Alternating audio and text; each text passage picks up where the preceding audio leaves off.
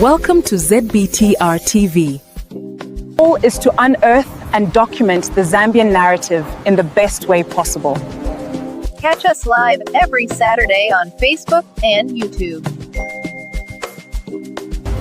We broadcast every Saturday at 10 a.m. EST, 7 a.m. PT. With a growing audience across the globe, we connect Zambians and share resources abroad.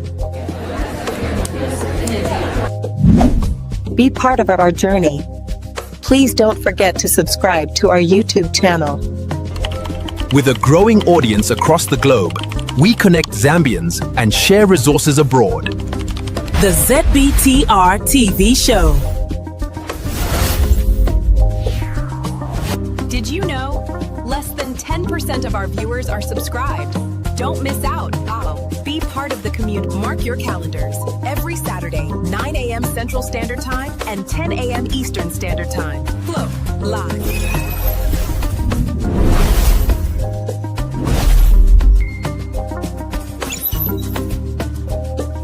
Welcome to the show. Hello. Welcome to the show indeed. It's Saturday, March the 7th. And what am I supposed to say? Happy International Women's Day, something like that. Welcome everybody. It's ZBTR. Tell a friend ZBTR is live, and you need to log in. Share the link. Follow us on social media, Facebook, X, and YouTube. You guys need to subscribe. Mutamba feta muchita subscribe. So help us and get connected. Let me bring up my co-host here today. I decided to what we say Chilufya Chanda Ingovola. Hi Kambo, good morning. How's New York? Good morning, my brother. New York is good. We're finally warming up. Yeah, we're so excited. I think we're going into the 70s sometimes this week, so we're excited. Okay, good for you. 70 for 70. We are now dealing with the 80s. Imagine. Wow. Yes. Great. All right. Excited about this? Yes, I am. I am very excited about this. I think we get to hear from at least somebody who's on the ground talking about the topic we're going to talk about today. So I'm excited. Yeah, excited. Somebody who's been in the thick of things. We hope Honorable Chanda can join us from the constituency. That's where he is. But however, we have an amazing lady who was doing the actual work, you know, the paperwork, everything, interacting with the people. And we are excited. And we have Miss Jessy, Lubemba, Matatila. Those of you in Dallas who recognize that name. Hi, Jessy. Hi, how are you? How are you doing today? I'm so good. I am so sorry I have to do this from my vehicle because I'm in the field and getting ready for Women's Day. We understand. Happy International Women's Day to you. Thank you so much. Thank you for taking the time to do this. Thank you. We appreciate everybody. She's in the middle. Some of you have seen that big conference for women going on at Mulungushi International Conference Center, and there's a lot going on. And Miss Matatila served as, let me read what she sent to me, okay? She was acting socio-economic planner in Jessy, this one here, Kung Fu Lavushimanda. Is that, did I say it right? Yes, you did. Okay, she was socio-economic planner in Lavushimanda, in Fue constituency in Muchinga province. Then she moved to Lusaka, where she was socio-economic planner under Kabwata constituency. And then later she moved to the biggest constituency, Kanyama. So, Jessy, what makes Kanyama the biggest? The population. Oh, wow. It's the population. So what's the population of Kanyama constituency? Oh, I'd have to check again because we had the census a few years ago. Yeah, so the numbers I'm sure have changed now, but yeah. Okay, excellent. Our discussion today is we are continuing from where we left off last week. The question is CDF a breeding ground for corruption and nepotism? And before we go ahead, I want us to get a message from our sponsors, and then we'll continue the discussion. Another year has passed. You're a Zambian living abroad and you still haven't made progress on your property investment goals. Does that sound familiar? The truth is, most people don't fail because they lack ambition. A lot of people fail because they just don't have a clear system to follow. And when you live abroad, the whole process of buying property can seem even more confusing. Lucky for you, we have just the thing to turn your property dreams into action. Join us for an exclusive session where we'll break down proven strategies to help you set, sustain, and achieve property goals in 2026. You'll even get a workbook to help you map out your own personal property investment plan. If securing your financial future through property is important to you, then sign up using the link below and join us for our property goal setting session for 2026. In just one session, you'll walk away with expert strategies to help you set achievable property goals, step-by-step guidance on budgeting and smart investment tips, and a structured workbook to help you prepare your own personal property plan. This is one webinar you can't afford to miss. Sign up now and start 2026 with a solid plan. The webinar is taking place on 28th March at 17 hours Zambian time. So register now using the link below and we can't wait to see you there. All right, this show is sponsored by Buying Property in Zambia, and they are going to be having a property goal setting session 2026 on March 28th. Please do sign up. Most of us have in the diaspora have invested in some form of investment of some sort in real estate. So this is good. What they try to do, that's the link for you to sign up for the session, and we shall be sharing information as we go along. Jessy, everybody, welcome back. My co-host here, Campbell. Tell us about the function of the socio-economic planners at the constituency. So the socio-economic planners are council workers. They are employed by the Local Government Service Commission. So they are government workers who are usually trained. They have social sciences. They are trained in social sciences, and they are the technical support for CDF implementation at constituency level.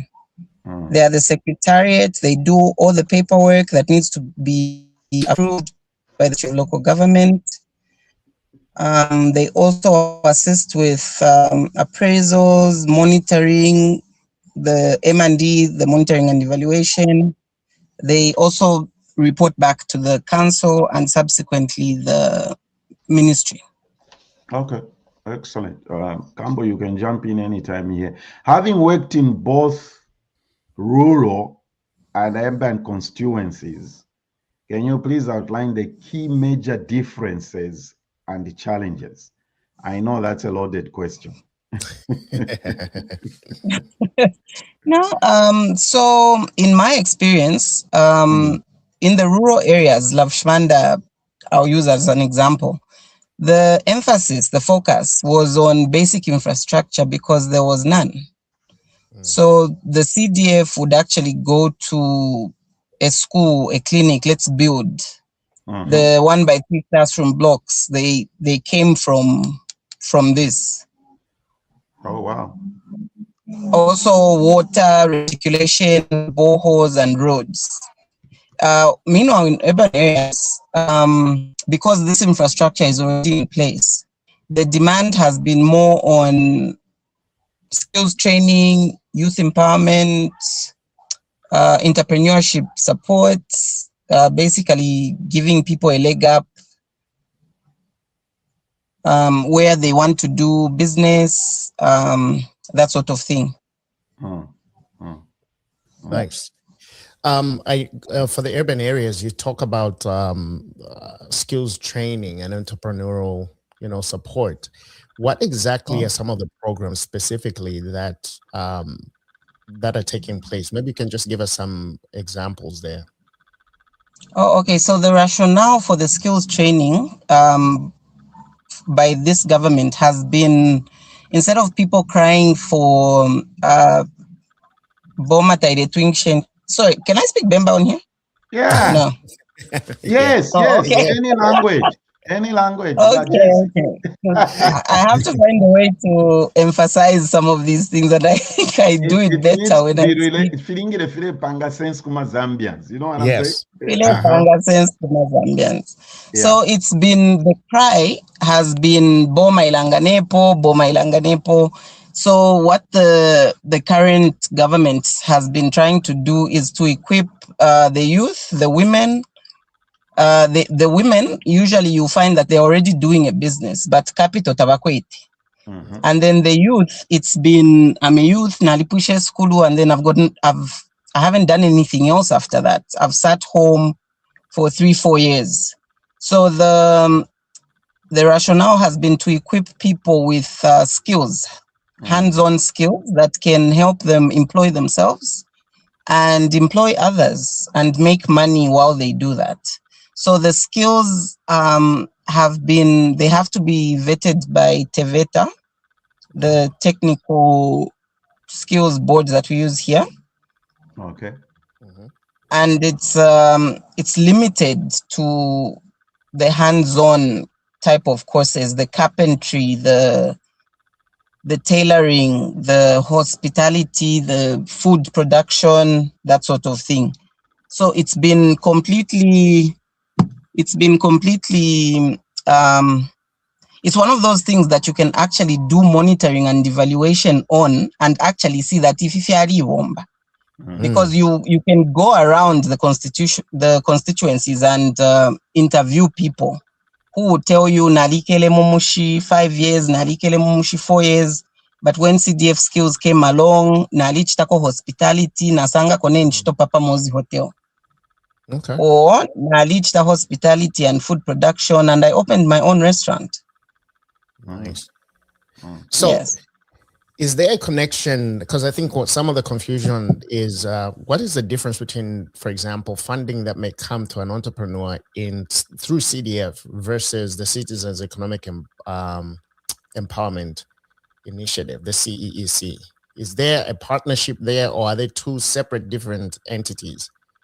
Two very separate entities, and I think the differentiating factor is the requirements. First of all, CEC is very, like, you have to have your ducks in a row. Okay. You have to have your company registered. You have to be tax compliant. There are a lot of things. You have to have a business plan that the CEC will review and see if you can actually run this business and pay back this money. Okay. So maybe in terms of empowerment, I can liken CEC to the loans, to the CDF loans. Okay. Because we have grants and then we have loans. Okay. Okay. Yes. So the grants are monies that are gotten by cooperatives. These are groups of youths, women, men sometimes, that will come up with a business plan and promise that they will stick to this business plan and it will benefit everybody in the group. Meanwhile, the loans also have the requirement of you need a registered company, PACRA, tax clearance, and you have to pay back this money through the bank that is managing that CDF, that constituency's fund. Okay. So I think the major difference between the CDF allocation for these monies and the CEC is the amounts.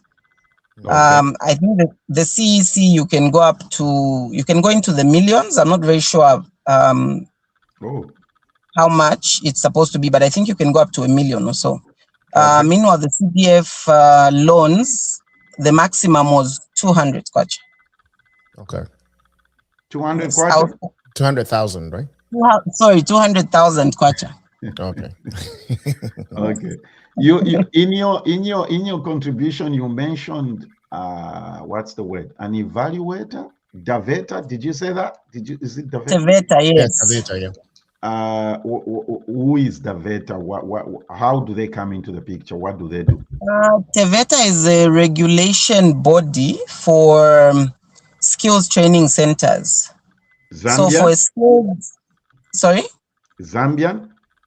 It's yes. a Zambian thing. Yes. Okay. Yes, it's a Zambian thing. So they are the regulating body for skills training centers. They are there to make sure a training center meets all the requirements, the sanitation. Are you able to teach this course? Let us see your lecturers. Let's see what your lecturers have actually done academically, that sort of thing. And they are the ones that credit they are set by Teveta, so that the whole Zambia, that the students that are doing carpentry, they write one exam. Okay. Yes. Okay. That is interesting. That is very informative. Yeah.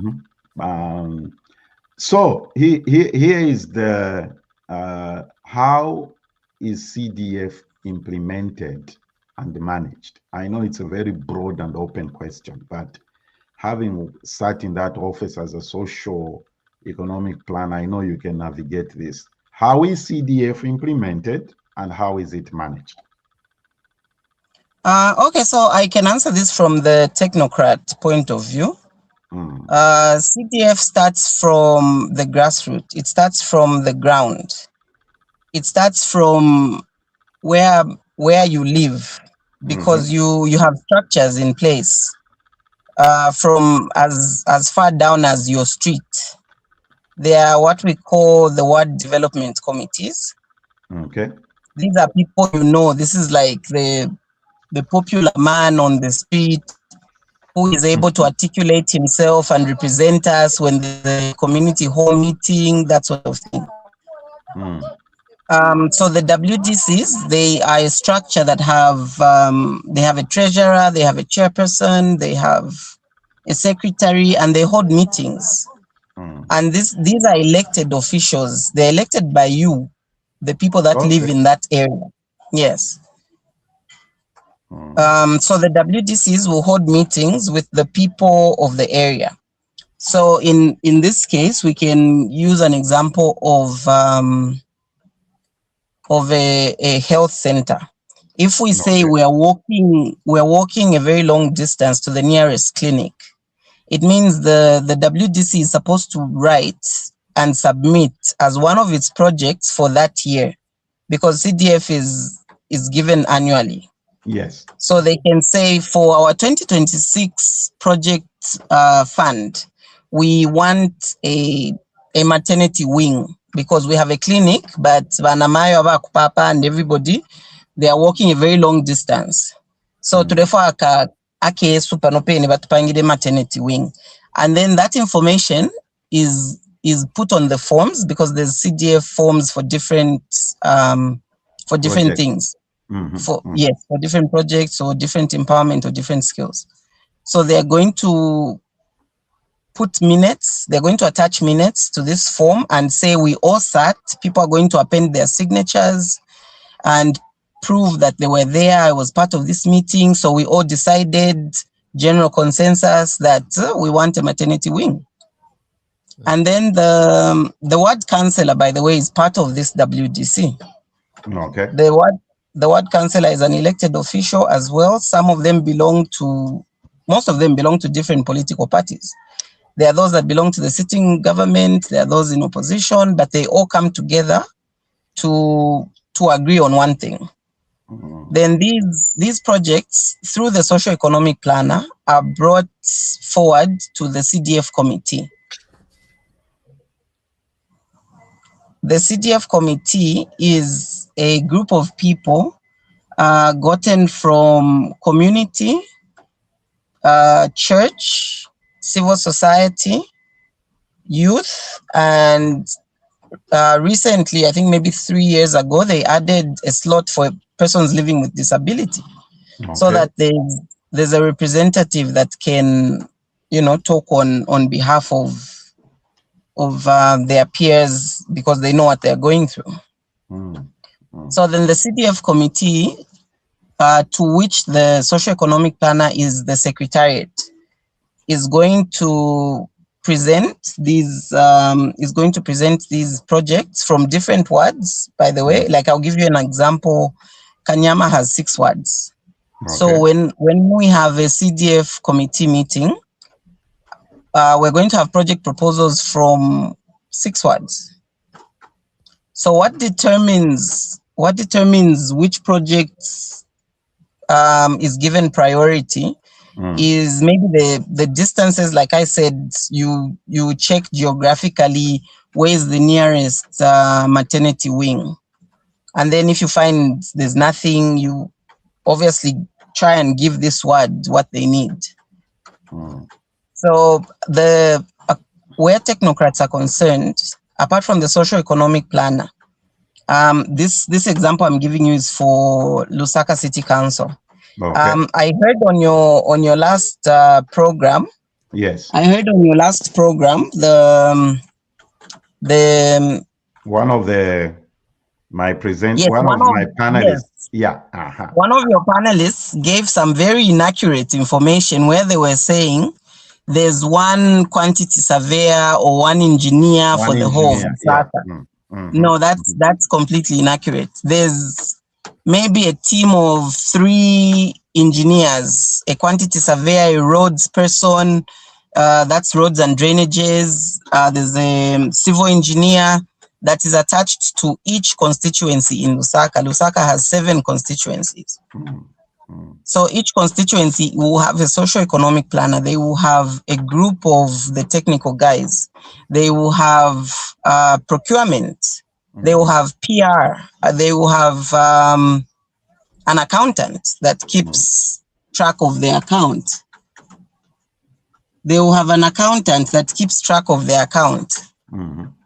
So there's a team, each constituency. There's no lack of support is not something I can agree to, because we were a lot that were handling those things. Yes. Yeah. This was very, very informative. Yes, it is. Maybe my follow-up question to that is, where is the disconnect between, because it seems to me like you, the technocrats, know how the process really works. And I'm sure that you've been able to guide a lot of people through the process. But I think that there's a lot of missing information in terms of how the general public understands how CDF works.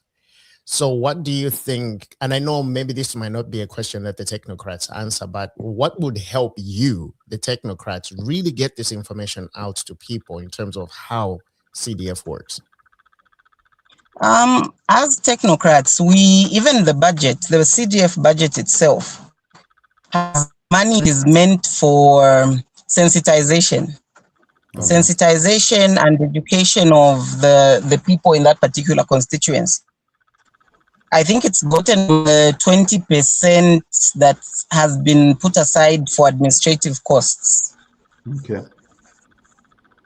Yes, because CDF heavily relies on people knowing what it can do and what it can't do. Still referring to your last panel, there was someone that mentioned students that are being sponsored for nursing, I think nursing or some health courses using CDF. That's under the bursaries, right? Yeah. Yes, under the bursaries. Yes. I think they just, oh my God, it has started raining and then I'm sitting in this car. It's okay. And everybody listen, everybody watching, Jessy has really gone out of her way to do this.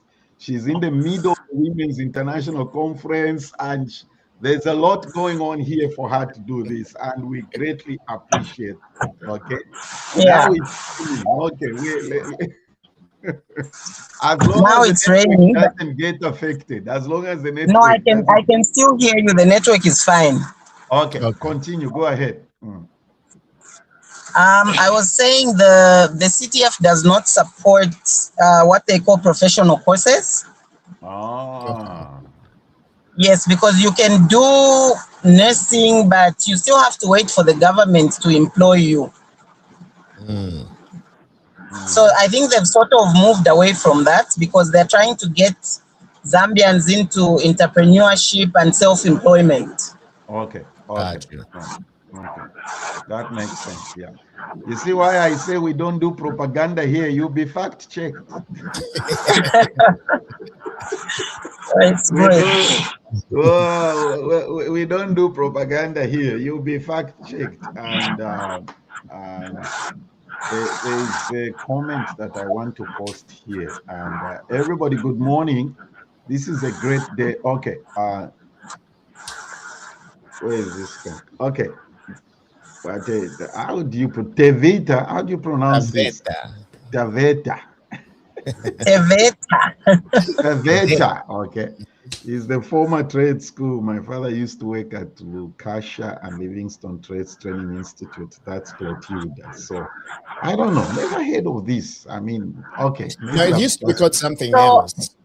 All the trade schools in Zambia, I think now we have them in each province. Yes. In a lot of urban areas, we have a trade school that is governed by Teveta.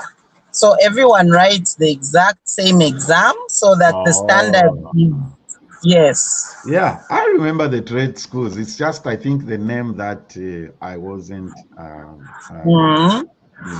wasn't. What are the? You see, I'm trying to tread carefully here because you are not a legislature to speak for government, and everybody. You saw the flyer. Honorable, what's his name? Sunday Chanda was supposed to be here to speak from a member of parliament's point of view and also to tell us what's going on in his constituency, and we've tried to reach him. We don't know what is going on. So we'll try to tread carefully here, not to put Jessy in a position of things she cannot answer or respond to. How are communities involved in the planning and implementation of CDF projects? Sorry, come again? How are the communities involved? Like I said, the communities, I think the one they're involved in the most is the projects. Okay. Because they're able to sit down with the award development committee and say, this is the project we want. We need to keep in mind that the projects are limited by the funds. So you can say we want a hospital and a school and desks, but the funds are going to say prioritize. So at the end of the day, the community members, it's a matter of representation. Yes.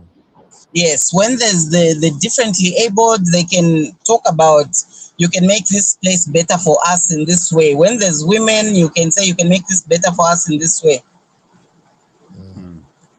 Okay. And I know that Transparency International has made, Transparency International Zambia has done a few studies, or maybe one or two, on CDF utilization. And one of the things that I think they pointed to are measures to be put in place for transparency. Now, I know that from a technocrat point of view, especially the way that you laid it out for us, what measures do you say are in place for not just the management, but for transparency when it comes to how CDF is dispersed and managed? Oh, okay. So I've heard about the Transparency International. They've interviewed us at some point.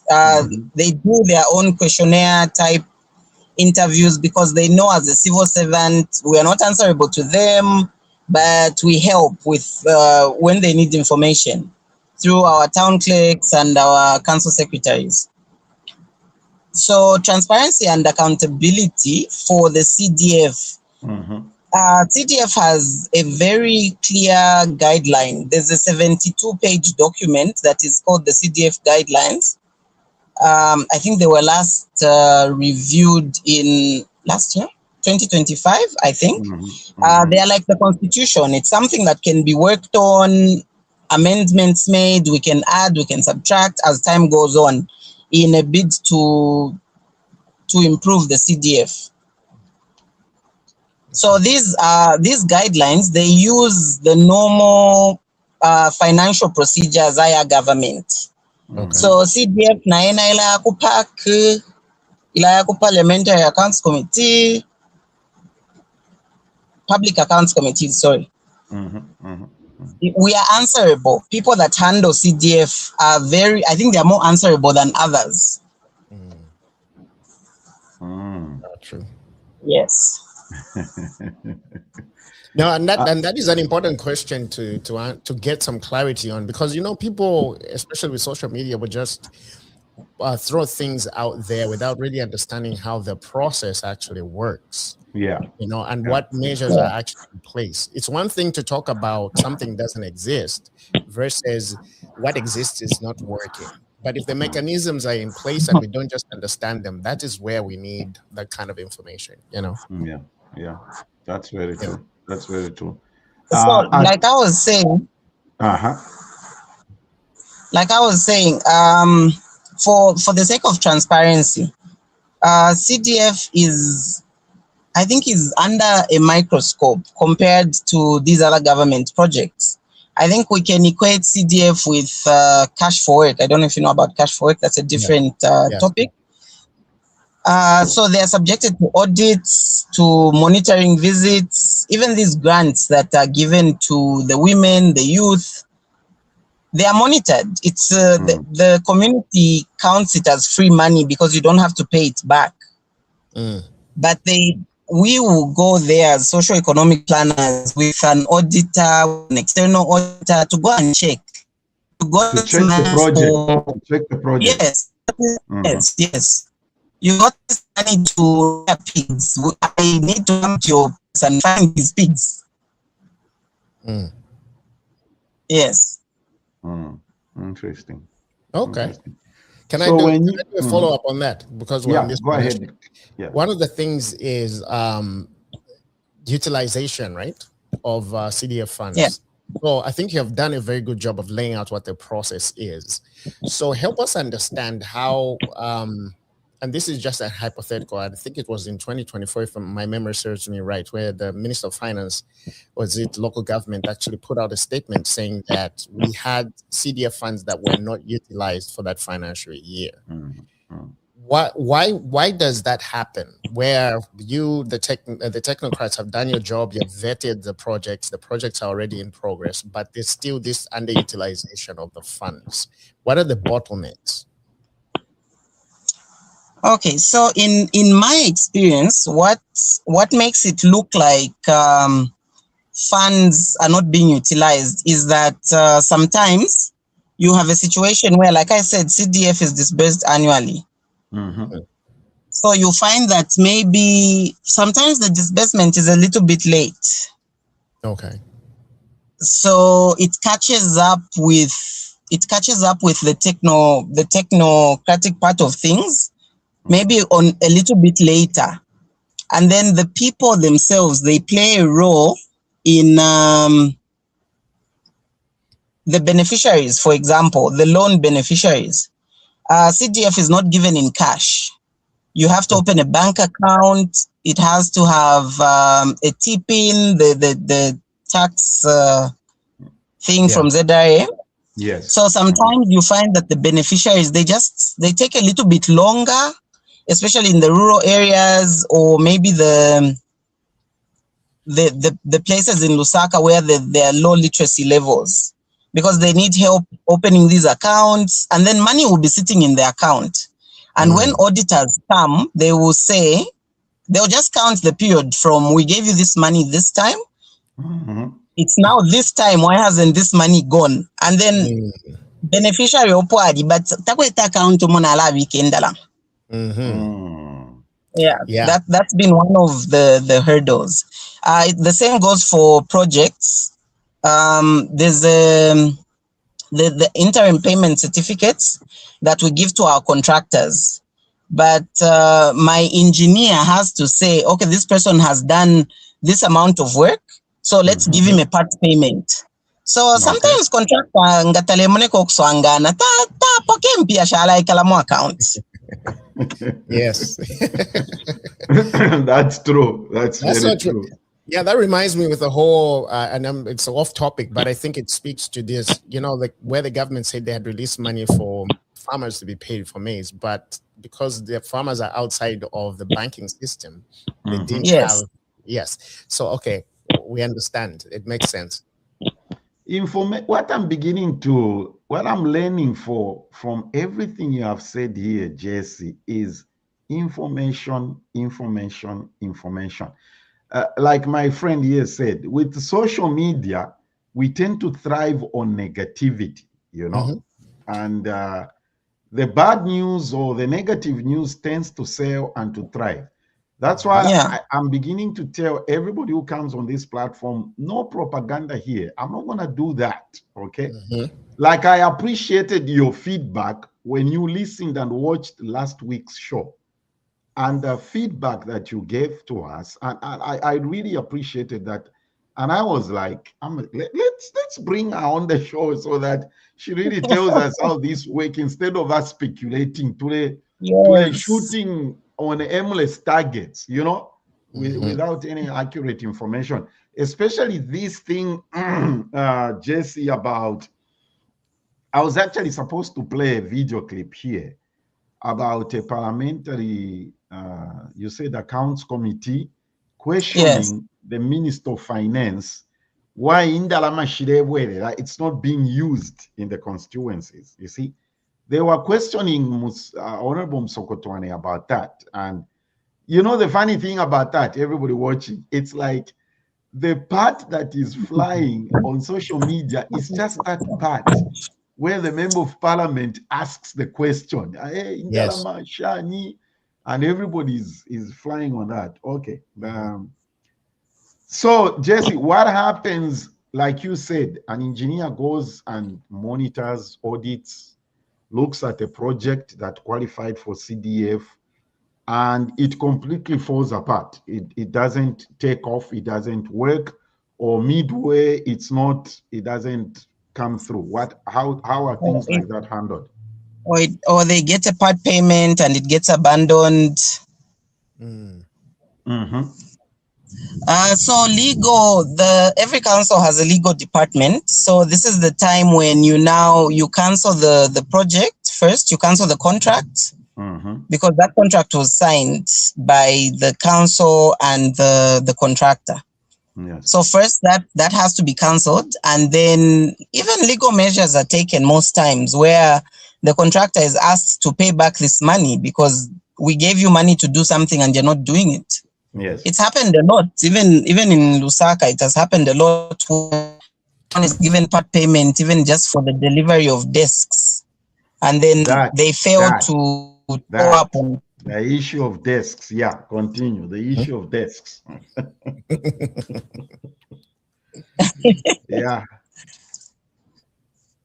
Continue. That's what happens.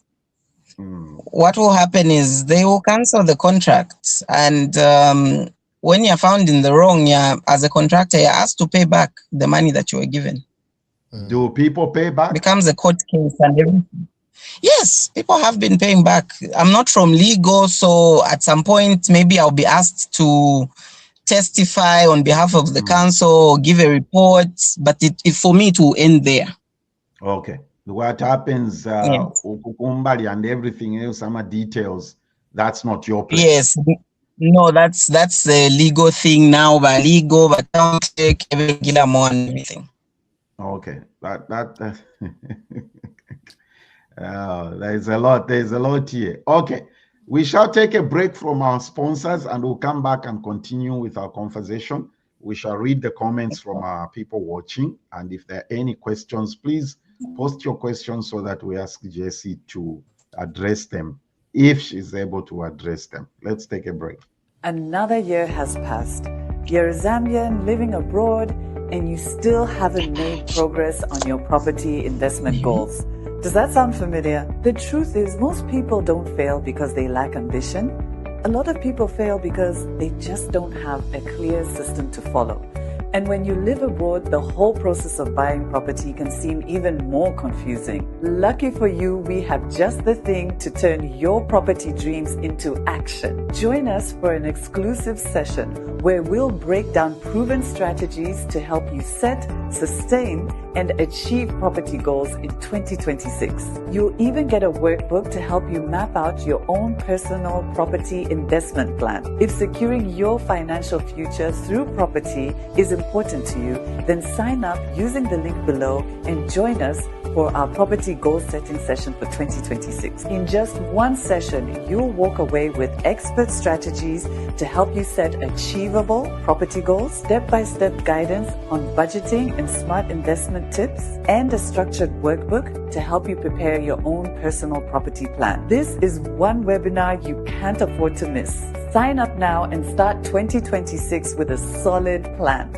The webinar is taking place on 28th March at 17 hours Zambian time. So register now using the link below, and we can't wait to see you there. Hi everybody, welcome back. So buying property in Zambia is hosting that webinar. I know most of us do own property in Zambia in one way or another. So that is meant to help us in the diaspora. Okay, our guest today, Jessy Lubemba Matatila. Like I said, those of you in Dallas, I'm sure you recognize that last name.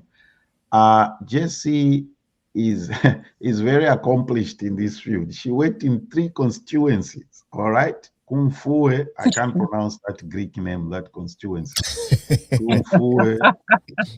Kumfue, Kabwata, Kanyama, that's where she ended up, and then she left for...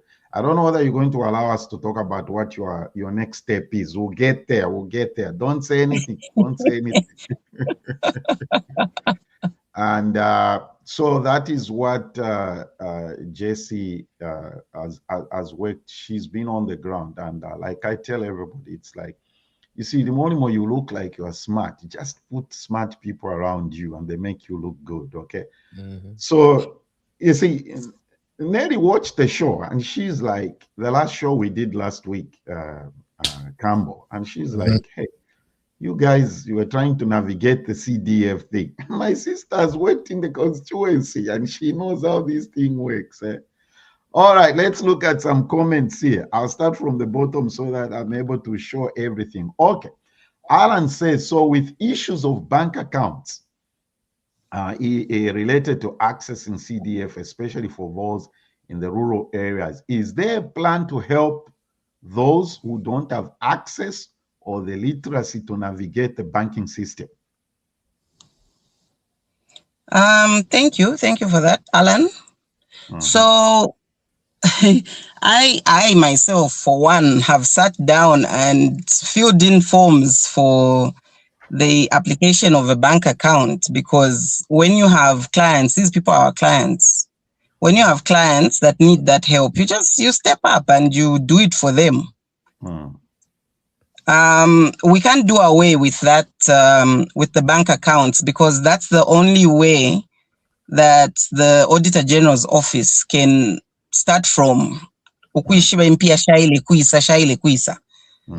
Reverting to a cash system or something like that, it would take us back so many years. So basically, there's no cash in all this process, Jessy. Nathan, I have handled millions and millions of kwacha on paper alone. I've never seen this money. Okay.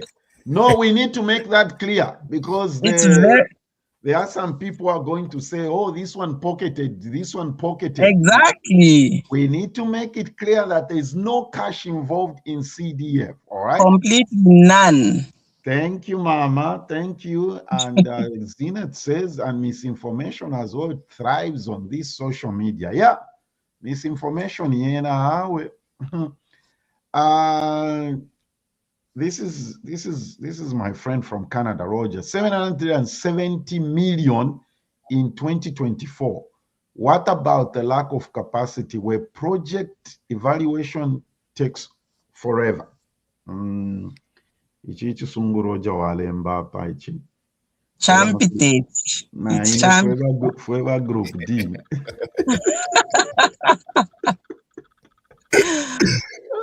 You should just type another one. Okay, he's going to type and give us another one. Let's go to another one. Okay.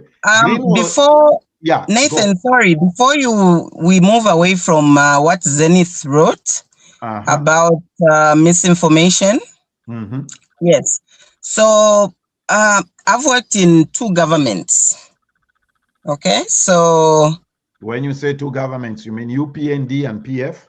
And PF, yes. I started work more PF, and then there was CDF already, but then the increase started when the UPND won in 2021. Yes. It jumped and then it jumped, and now it's a lot of money. So we can't run away from the fact that CDF is or can be termed as a campaign tool. Because when we use slogan Yaba PF at Sontopo Abomba, the current government is able to saunter and have witnesses and say, me, I benefited. You know, so there are people on social media that might not be pro-government. And this would be their chance to decampaign as much as they want. But facts don't lie. No, facts don't lie. That's true. That's very true. Okay. And I think the other misconception that people have is that proponents of CDF are saying it's perfect. I think proponents which it is not. Which is, yes, we know that. You know, there's nothing perfect. There's nothing perfect. But I think that people conflate learning lessons versus, condemning government. You know what I mean? And some people, of course, like my sister has said, they're basing their opinion on just misinformation or propaganda, and so objectivity is important. So we are still on our viewers' comments and contributions. Greenwell says some constituencies have not received the 2023 CDF, and yet the government is planning for 2027. Jess? Greenwell. I think what I would like to know is which constituencies Greenwell referring to. Naba kanso abobe naba okokwini olofeni kuchifuna budi olofe kulwampa. You cannot say even 2025 at no we are behind. CDF ngaya ifika fekonse at the same time. Okay, so when the government releases the money, of course it goes in the council account of the constituency. Yes. Okay. Yes. And it sits there. Yes. And then your office or the socio-economic planner's office receives project proposals. Project proposals. And then you begin to process them and whatever, and then the money. CDFC. Each constituency is obviously in a province. So at provincial level, there's an office of the provincial local government officer.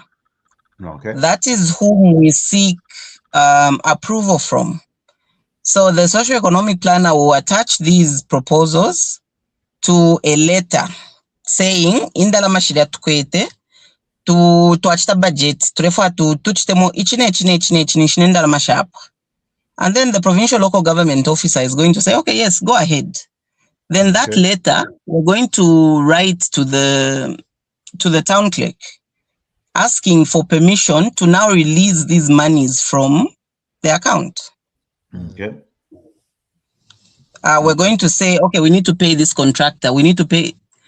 Ile budget ile toale panga ku boarding. I'm sure you've done. Like you have to itemize and say okoshire ndalama, because you can't just say we need this amount. These are large amounts of money. These are 1 million, 2 million kwacha projects. Yes. Yeah, that's very, very important. All right. Yeah. Chanda, thank you. Watching from Canada.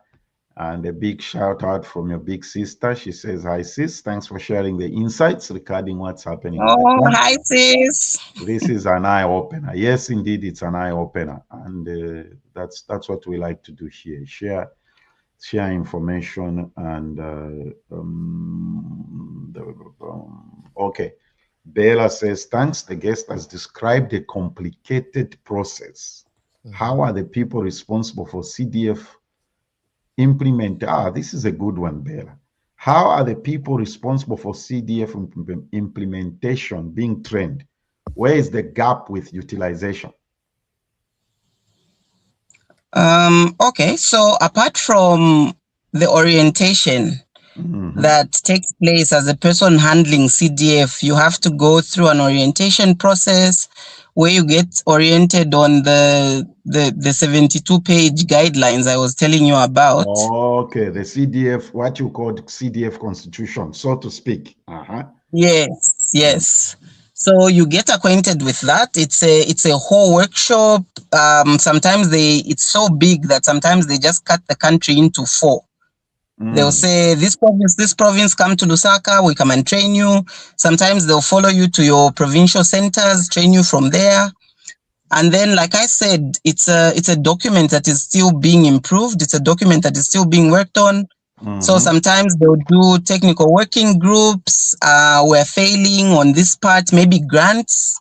Like the issue we've had with grants recently is that grants are coming out, but people are not paying back.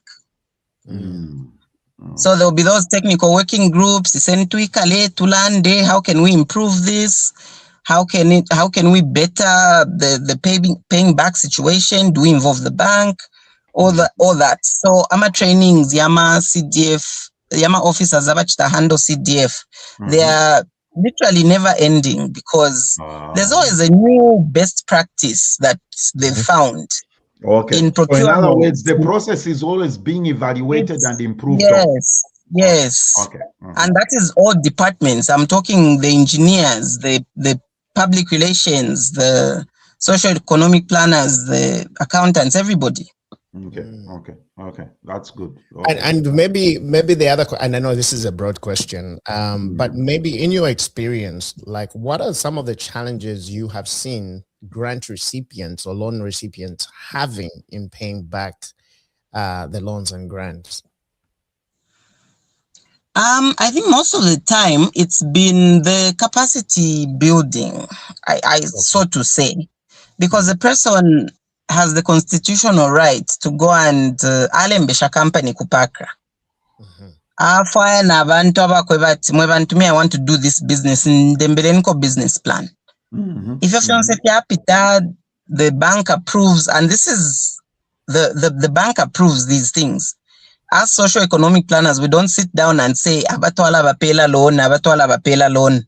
That's why when I hear about nepotism or favoritism in the handling of CDF,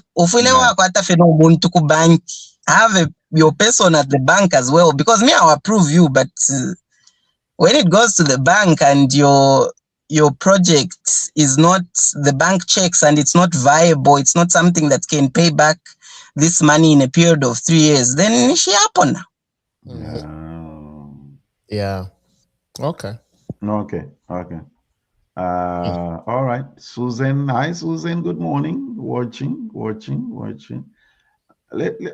Did Roger resend this or it's the same one?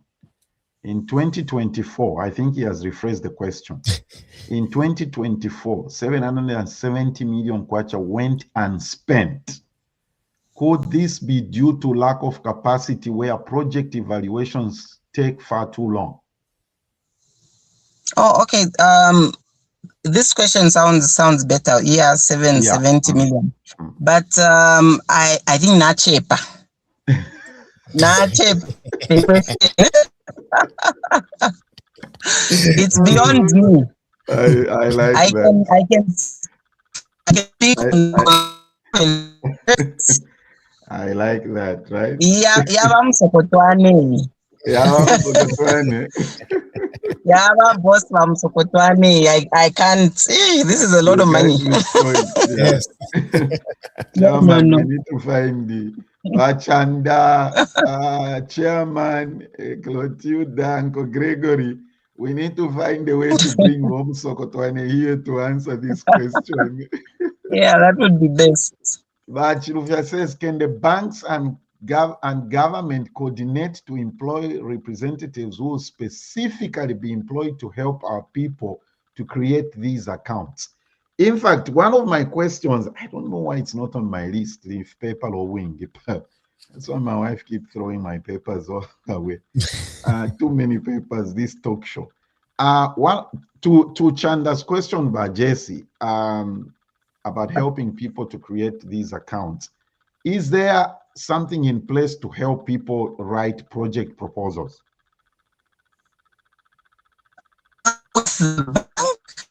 No, maybe if you this mandate, so will help account opening. I know that because it's a business for them at the end of the day. They make 3% on the loans that pass through their banks. So they are fighting for these accounts. Oh, the banks? So, yes, the banks. Okay. Okay. So what happens is when you open, say, a loan, it's called a revolving fund, because this money is supposed to be paid back so that it can be given to other beneficiaries. So when they have clients who need help with these accounts, they will unleash a small army of direct sales agents to go out and help these people. Okay. So that the account is with that particular bank. It's more business for them. Okay. Yeah, that's true. At the end of the day, it's a business. Yeah. Yes. Uncle Gregory says right now, because of a deep-rooted attitude from past practices, corruption and nepotism has been transferred to constituencies. Now what is required is curb on these vices at the local levels. Those who work on these committees still feel entitled to drain this provision instead of channeling the funds to community needs. Guidelines and access have to be understood and loose ends dealt with. We hear of cooperatives that are family-based, and these funds are revolved in family. Jessy, when you these obviously these that's part of a socio-economic planner. When you discover, to Uncle Gregory's comment, that this is a family affair, how are those situations handled? So most of these issues are at the discretion of the committee. But me, from a technical point of view, there is nothing in the guidelines that says me and my two brothers there that I'm with on this show, because we are related, we cannot open a cooperative. What we have to follow is, do we have the requirements? A cooperative should be 10 to 15 people, about. Okay. If it's full of you, me, and our cousins, but we have a business plan, we want to do that chicken rearing. And when auditors come, they will find these chickens, and our business is growing and we're employing people. There's nothing in the CDF guidelines that is against that. Okay. Okay. That makes sense. Yeah. All right. Final comment. Dr. Monsanje, happy International Women's Day. We will have 20 more women in parliament. Let's celebrate that. Yeah. Okay. We'll wait to see what happens. Amen. Amen. I like that. Jessy, I don't know if Cambo has got any more comments. No, I'm good. I'm good so far. Jessy, so how can we in the diaspora what is our role in this? How can we get involved? We are not in constituencies. But my father, my cousin, my uncle is in a constituency. I think because of the platform that you have, you can just help spread the truth. You know, we have people that say if you're not connected, you can't access CDF. That's propaganda. Yeah, by the way, that point. Because even yes, and it was raised on last week's show, right? That point was raised. Yes, it was. It was. Okay, if you're not connected, you cannot get CDF. So whenever Jessy it has made me very unpopular with some friends, some relatives, because it looks like inend kumukaka then ishe folks end up bantu bandimbabike kumukaka nabo. You know? That's principle right there. You are very principled. Yeah. But again, we can say that because, you know, we are on air. But also, at some point, it's not in my control who gets it, who doesn't it. Yeah. And I think one of the things that I'm glad you kind of clarified is I think we need to educate ourselves on the guidelines. Yeah. Because I think there are a lot of assumptions that people make without knowing the guidelines. So as long as you're operating within the guidelines, yes. This is a document that is on, it's there, it's available for everybody. Just Google CDF guidelines. All the pages will come, including the forms. The forms will come as well. So if you want to apply for something, you can download the form and the guidelines will explain to you what it is that you need to fill in. I think it's been the low literacy levels, like I said, the people that they don't know how to use the internet, the areas where they live. Sometimes you can't download a document. I think it's been that. So I think Vanessa and Twambefe Cooperative from the diaspora that just specializes in you have to live in the constituency, sir. Madam, we're also a constituency over here. No. Yes, we are the 11th province. Jurisdiction. Jurisdiction Yakana. Well, ladies and gentlemen, that was our show today, and it concludes our two-part series of Is CDF a breeding ground for corruption and nepotism? Our guest was Miss Jessy Lubemba Matatila. She worked in 3 constituencies as a socio-economic planner. Jessy, thank you so much for taking the time. Mwatuisula kobongo. And I would like to have you back on. I'm gonna do a show about women in leadership and things like that. At the end of this month, but that's we can talk about that behind the scenes. Everybody watching, that link you see there, is for goal setting property. That will be hosted by Miss Natasha Chilufya Chanda. They are the ones sponsoring our programs for the next 6 weeks. If you want to sponsor the program, do get in touch, and we'll be glad to promote your business and to highlight. Jessy, thank you. Have a good weekend. Thank you so much, Nathan. Thank you, Pastor. Thank you. All right, everybody. That was our show, and beautiful. we need smart women in our community, and we need to highlight them. Okay, so next week, Campbell, I'm surrendering this platform to the women. I'm glad that even if it's Women's International Week, even if we didn't do a show on Women's International, we ended up having a lady as a guest, which is I'm sure Zenith, everybody here, and Mrs. Chirwa, you're all going to give us credit. At least we are the guest, a woman as a guest. Okay, take your Clotilde. We are the woman as a guest.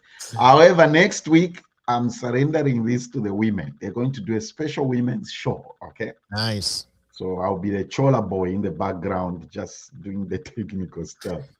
So Nelly, Priska, and them are taking over next week. Awesome. And, awesome. Look forward to that. And I'm really looking forward to that. They're going to do a special women's show.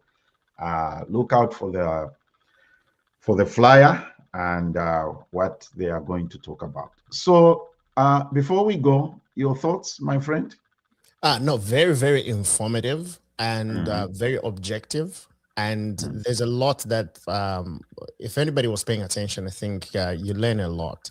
I think for me, the takeaway is this thing is well-intentioned.